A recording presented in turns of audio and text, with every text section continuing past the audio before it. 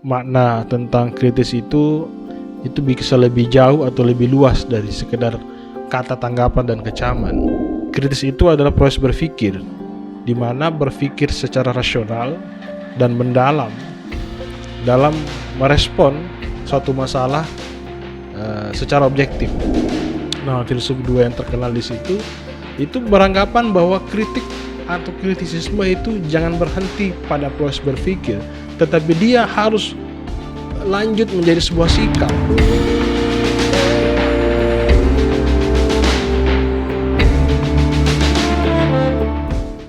Bismillahirrahmanirrahim. Assalamualaikum warahmatullahi wabarakatuh. Kali ini dalam podcast saya selanjutnya akan berbicara tentang apa itu kritis.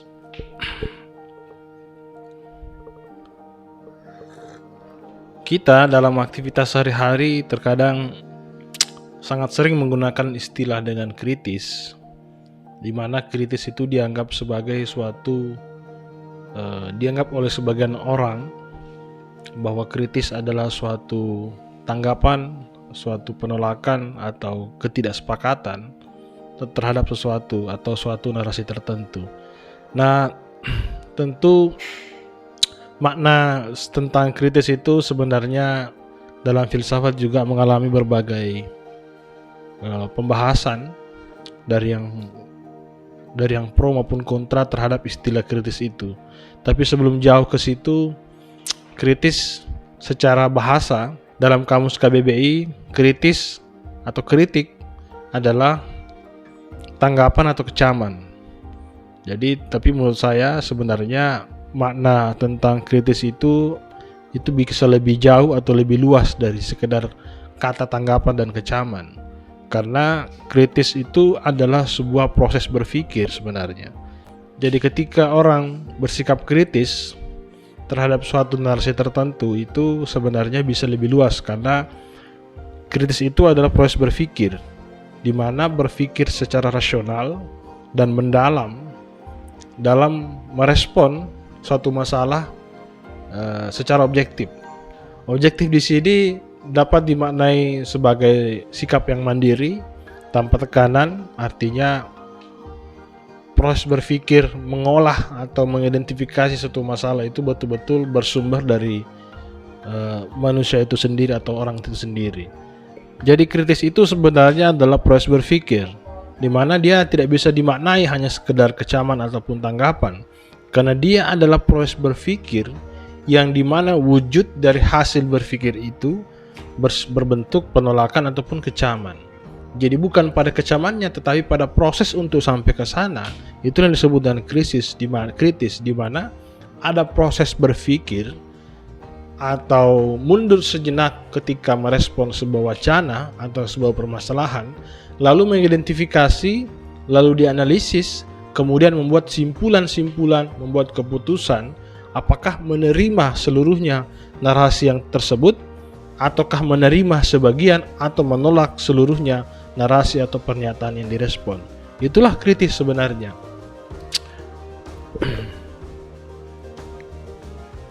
Karena kritis adalah proses berpikir, maka tentunya untuk idealnya seseorang yang kritis itu membutuhkan alat analisis atau pengetahuan atau perangkat pengetahuan yang mumpuni dan mendalam tentunya. Karena dalam merespon segala sesuatu, misalnya merespon narasi, merespon pernyataan yang ada, itu tentu membutuhkan alat analisis ataupun perangkat metodologi yang kuat.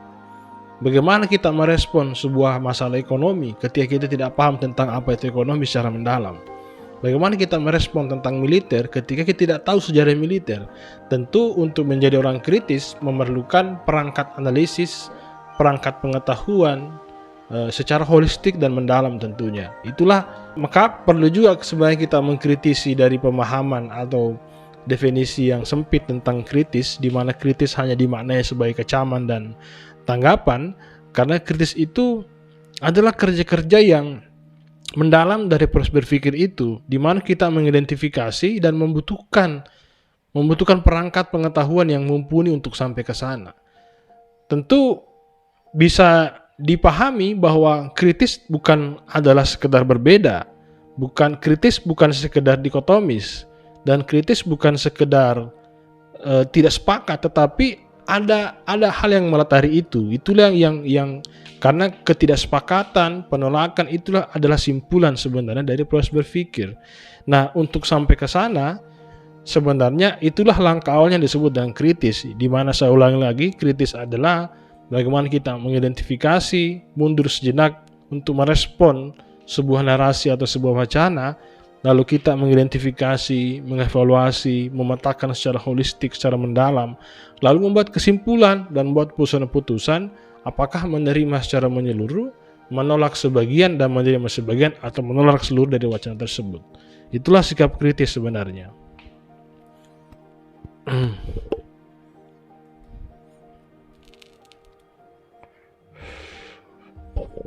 Itu penggambaran kritis secara softnya. Tentu kalau mau bicara mendalam, secara mendalam dan tentu agak berat ya, tentu kita, karena dalam filsafat pun kritis sebenarnya merupakan satu bagian yang juga digunakan oleh filsuf ketika merespon pemikiran-pemikiran sebelumnya atau merespon wacana yang berkembang di konteks zaman para filsuf itu.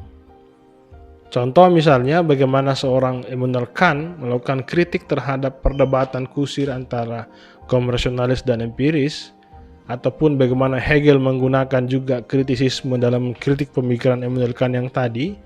Bahkan kelompok-kelompok Marxian pun menggunakan kritisisme dalam mengeksplorasi atau mengidentifikasi dan memutuskan, lalu menjabarkan secara luas permasalahan-permasalahan sosiokultural yang terjadi di zaman kapitalisme.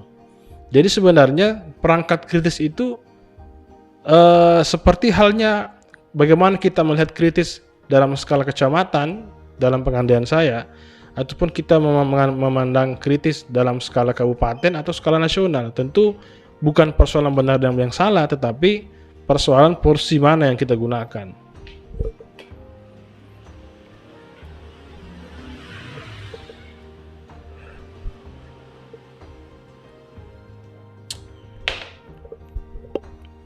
Nah, bahkan definisi tentang kritisisme yang saya sampaikan tadi, yang selain menggunakan definisi dari KBBI pun, itu juga dikritik oleh filsuf yang lain. Jadi teori tentang kritis pun itu juga dikritik oleh filsuf yang lain. Karena kritik sebenarnya atau kritis sebenarnya itu, kalau saya mengandaikan, dia menjadi sebuah perangkat pengetahuan atau alat analisis yang digunakan oleh seseorang atau pemikir dalam merespon konteks sosial. Nah, contoh yang paling radikal tentunya dari teori kritis itu, bahkan dia menjadi sebuah mazhab kritis, di mana orang-orang yang sejarah mazhab kritis itu atau teori kritis itu lahir di Jerman, di Frankfurt. Ada kelompok namanya Sekolah Frankfurt, yang dimana kaum-kaum pendidik tahun 30-an di Eropa, di Jerman, melakukan respon atau mengkaji pemikiran-pemikiran filsuf, lalu melakukan kritik terhadap itu, lalu memberikan solusi atau memberikan cara pandang yang baru bagaimana menolak atau mendekonstruksi pemikir-pemikir sebelumnya, lalu memberikan tawaran-tawaran baru. Contoh misalnya tentang definisi kritis sebelumnya. Mobil lewat.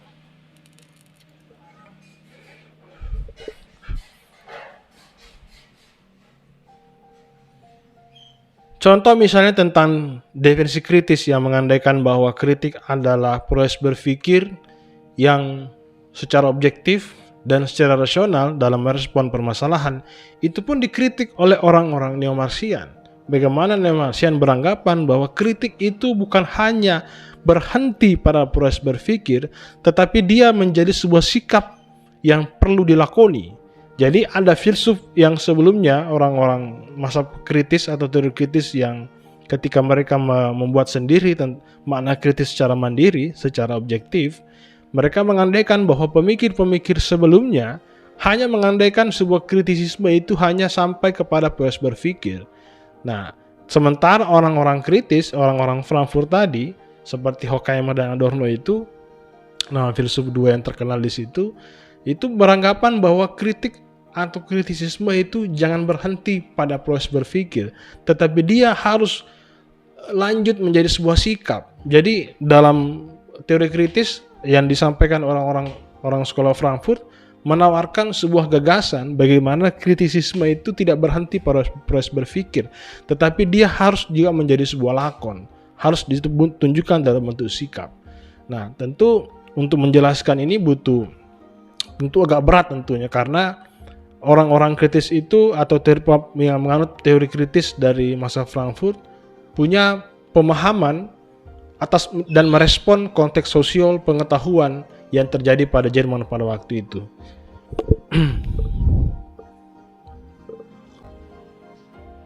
Jadi bagaimana kritis itu tidak berhenti pada proses berpikir tapi menjadi sebuah sikap. Nah, karena kaum cendekiawan atau kaum intelektual dalam sekolah Frankfurt merupakan kaum intelektual, jadi mereka merespon narasi atau intelektualitas yang terjadi pada zamannya, di mana di zaman itu ada pemikir yang direspon oleh orang-orang kritis atau orang Frankfurt yang disebut dengan konstruk pengetahuan positivisme.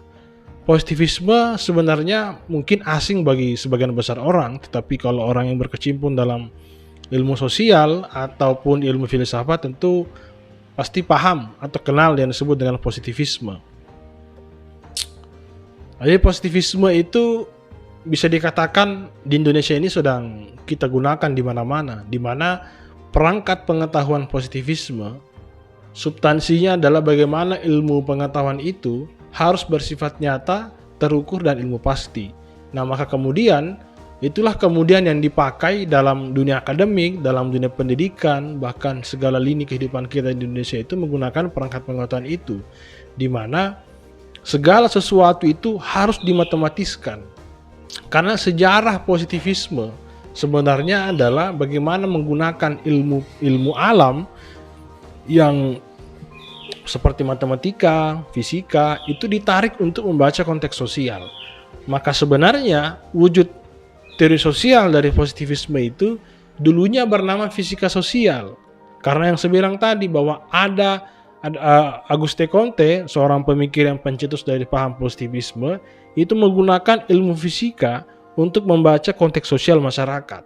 Nah, maka positivisme sebagai epistemologisnya, wujud teori sosialnya bernama fisika sosial yang berkembang nantinya menjadi ilmu sosiologi yang digunakan atau dipelajari di kampus-kampus hari ini yang disebut dengan ilmu sosiologi. Jadi dasarnya sosiologi atau fisika sosial yang ditawarkan oleh Comte itu adalah bagaimana ilmu fisika, ilmu pasti yang terukur itu dipakai membaca manusia. Contoh misalnya bagaimana seorang ilmuwan mengidentifikasi sebuah batu, ketika batu mau diukur beratnya tentu kita membutuhkan timbangan. Nah, alat timbangan itulah yang kemudian dipakai orang ilmuwan untuk mengukur seberapa berat sebuah batu tersebut. Nah, pengandian itu kemudian ditarik membaca ilmu manusia atau ilmu masyarakat. Bagaimana masyarakat seperti halnya batu tadi itu dibaca menggunakan perangkat pengetahuan. Kalau dalam fisika disebut dengan timbangan contohnya, dalam positivisme disebut dengan perangkat pengetahuan positivistik. Nah, ini perlu saya jelaskan karena sebenarnya teori kritis yang diungkapkan oleh mazhab kritis itu merespon itu awalnya ketika mereka berdiri. Jadi ilmu positivistik itu sangat-sangat menjadi umum di perangkat pengetahuan kita. Bahkan sampai hari ini pun kampus itu masih menggunakan atau sekolah-sekolah masih menggunakan itu. Contoh perangkat positivisme yang digunakan dalam dunia akademik hari ini misalnya bagaimana seseorang guru memberikan penilaian atau mengukur nalar dari seorang siswa atau mahasiswa itu harus objektif dan tidak boleh subjektif. Ini salah satu bagian perangkat dari positivisme, di mana subjektivitas itu harus mati. Karena yang diutamakan adalah objektivitas.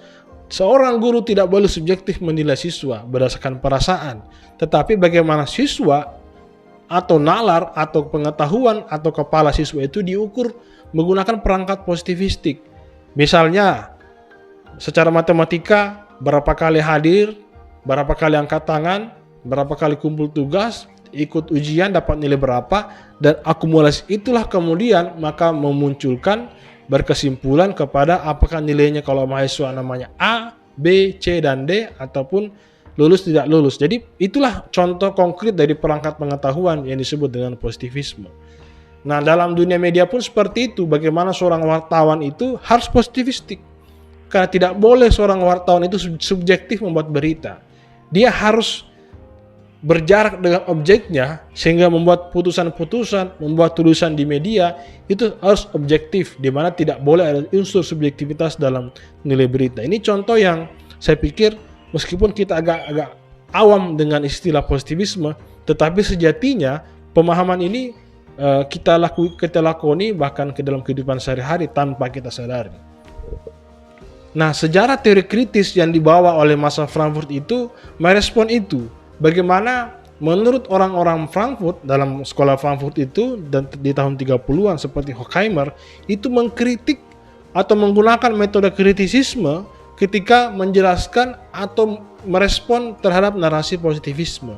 Karena positivisme ini dianggap sebagai sesuatu yang menghambat pengetahuan atau menghambat kerja-kerja atau menghambat laju pengetahuan yang sebenarnya. Karena positivisme itu yang dijelaskan tadi bahwa ada bagaimana objektivitas itu hal yang mutlak, sementara subjektivitas itu ditiadakan, itu dikritik oleh orang-orang kritis. Epistemologi dasar dalam ilmu positivistik itu dikritik oleh orang-orang kritis dengan melakukan kritik mendalam terhadap itu. Karena kalau ini digunakan menurut orang kritis, maka pengetahuan atau kaum intelektual itu akan berjarak dengan masyarakat. Dan ketika kaum intelektual berjarak dengan masyarakat, lalu siapa yang akan melakukan perubahan? Itu yang dikritik oleh orang-orang kritis dalam Frankfurt itu. Maka Frankfurt menawarkan kritisisme dalam era positivisme itu hanya menjadi seperti kaum intelektual hanya duduk di langit memandang orang-orang yang ada di bumi. Bagaimana kemiskinan terjadi, bagaimana eksploitasi terjadi, itu hanya dinilai secara objektif oleh kaum intelektual, tetapi tidak punya daya untuk melakukan perubahan. Maka tawaran dari kelompok-kelompok teori kritis tadi di Frankfurt itu menawarkan bagaimana kaum intelektual itu jangan hanya duduk di langit dan bersembunyi di balik objektivitas, tetapi turun ke bumi untuk melakukan pendampingan atau melakukan kontra hegemoni dalam bahasa Gramsci, melakukan counter hegemoni atau melakukan perubahan secara berpihak. Bagaimana kaum-kaum tertindas, kaum miskin kota, kaum petani yang tertindas, yang dieksploitasi yang oleh sistem kapitalisme itu didampingi dan dilakukan upaya untuk melakukan perubahan. Inilah yang membedakan di mana pemahaman kaum positivis dengan kaum teori kritis, di mana kaum positivis itu memandang kemiskinan sebagai hal yang objektif, tidak boleh diintervensi, sementara kelompok-kelompok teori kritis menolak objektivitasnya kaum positivistik dalam menawarkan bagaimana kaum intelektual itu yang pertama paham, bisa mengidentifikasi masalah, membuat kesimpulan-kesimpulan secara kritis, tapi tidak berhenti di situ, tetapi di-upgrade, dilanjutkan kepada bentuk sikap. Bagaimana pemahaman yang tadi ketika kita mengetahui tentang kemiskinan, bagaimana kita mengetahui tentang eksploitasi, itu melakukan keberpihakan kepada kaum marginal atau kaum-kaum yang tertindas. Inilah yang membedakan antara kaum positivis dan kaum teori kritis. Bagaimana saya jelaskan tadi, teori kritis itu sebenarnya bukan hanya sekedar tanggapan dan kecaman, tetapi dia menjadi perangkat pengetahuan yang mendalam.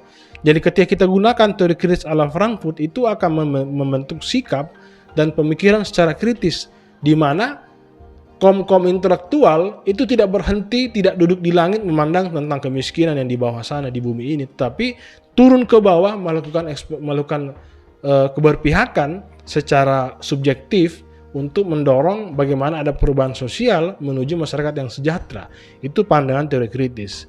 Nah, itu mungkin pandangan singkat saya tentang kritisisme, di mana kritisisme itu atau sikap kritis itu bisa dipandang dalam berbagai skala. Kita bisa memandang skala dalam bentuk hanya skala kecamatan, skala kabupaten atau skala nasional.